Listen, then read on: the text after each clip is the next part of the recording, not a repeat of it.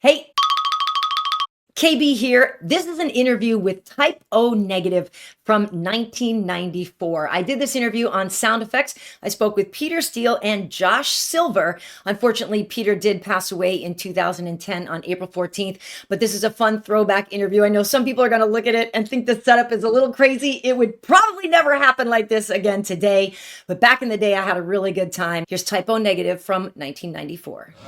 Welcome back to Sound Effects. This is Karyn Bryant with you, and oh, yes, ladies, I am in bed with members of Type O Negative right here in the FX department. Josh, how are you doing tonight? I'm living.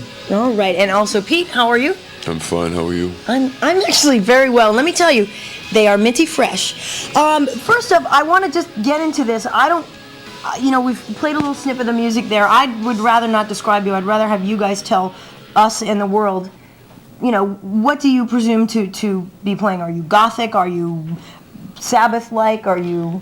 Well, since we're forced to categorize ourselves, which we normally hate to do, we like to call it Gothadelic. Gothadelic. I agree. Yeah, because I found it very, very good, whatever it was. And what I found interesting about it was, first I should say the new album's called Bloody Kisses. Very, very cool. What I found interesting about it was that it was beyond categorization. It started off, one song would be gothic, and then you'd have a bridge in it that was, thrash or something. Yes. How did you guys come around to getting that sound developed?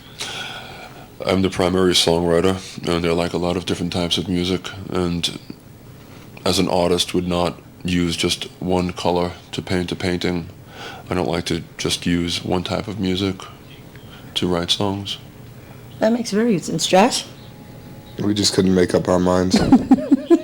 Well, the thing is, though, you have undergone a certain amount of change from the last Type O Negative record. Interesting thing that you said is if somebody picks up this album right now and then they go back in your catalog, they may be surprised. What are they going to find?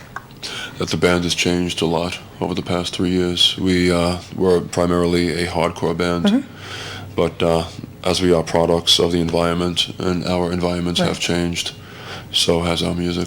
And have you felt like, what are your favorite records that you've been listening to? Have those had an influence on why you've changed, or current trends, or do you like to just sort of create your music in your own world and not feel inspired or bothered by what's going on in other bands? In fact, I like very much not to know what's happening because I don't want to even be subconsciously influenced whatsoever. No? So when we're in the studio. When's the last time you guys have been to the record store then? Not too recently. Really? 1965. But you do have some musical influences. I don't think I'm going out on too far a limb to say Sabbath or... Basically, when I'm in the U.S., it's a 60-cycle hum, but when I'm in Europe, it's a 50-cycle hum. Wow. I've got really bad tinnitus, by the way, so I hear that hum too. Okay. I'm sure everybody does. But I'm in bed with you guys, and I'm actually very cozy. You must have some records you put on to get your lady in the mood, because I know you try to get ladies in the mood because you're often singing about what happened after the ladies dumped you or you dumped them. So what kind of music would you put on to romance somebody? Well, I like bands like Curve, and Zymox, Dead Can Dance, My Bloody Valentine, stuff like that. I just got the new Dead Can Dance record. That's great. Yeah? It really is. Josh? I love it. I'm not really a music fan. No? No. What do you do to get in the mood, though? You must do something. I got you in bed without music, didn't Yes, I? you did, actually. That was pretty incredible.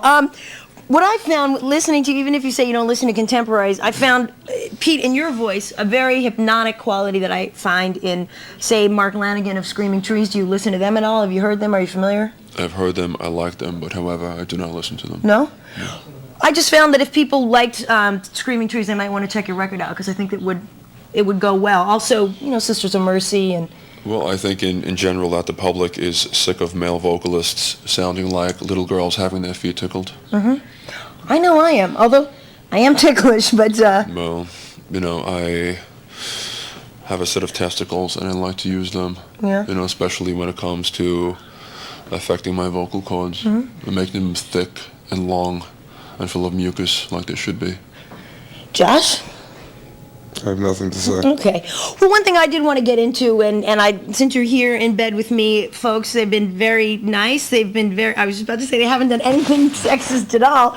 But the thing is you've gotten a little bit of slack for being, people saying that you don't. Look at the enforcers are here. What you doing with the girl, man? I want the hands above the covers. You've gotten Keep talking, Karen. You've I want gotten the hands above the a covers. little bit of slack in the past for being, feminist. And I'd like for you to be able to clear up. Lyrically, you do talk about going through rough relationships. I mean, how do you explain this?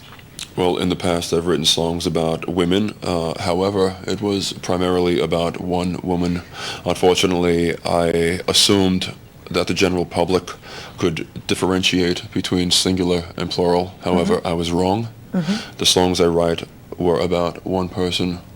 And so I've been, branded this and that, which is fine with me because it sells albums. And do you even said in one article you don't want to be a rock star, though. You just want to make your money so you can go away and leave mankind alone. Is that? That is correct. I am a speciesist. All right. Well, guys, I was more than happy to have you here. I really wish you wouldn't go away. I find you more than engaging. Well, we don't have to go away. Okay, maybe we can just stay. The album is called Bloody Kisses. I highly recommend it. It's great. After you've had just a long, crappy day, after you've had a wonderful day, check it out. It's Type O Negative from Brooklyn, right here with us on Sound Effects. Thank you, Josh. Thank you, Pete. We'll see you later. All right, well, there you have it. That was something special with Peter and Josh. Rest in peace, Pete Steele. And thanks, you guys, for checking out this interview. I have more like this. I've got throwbacks and from Sound Effects and a bunch of other stuff from my MTV days as well. This is a relatively new channel that I'm still building, so lots more cool stuff on the way. Please subscribe, and I'll see you on the next one.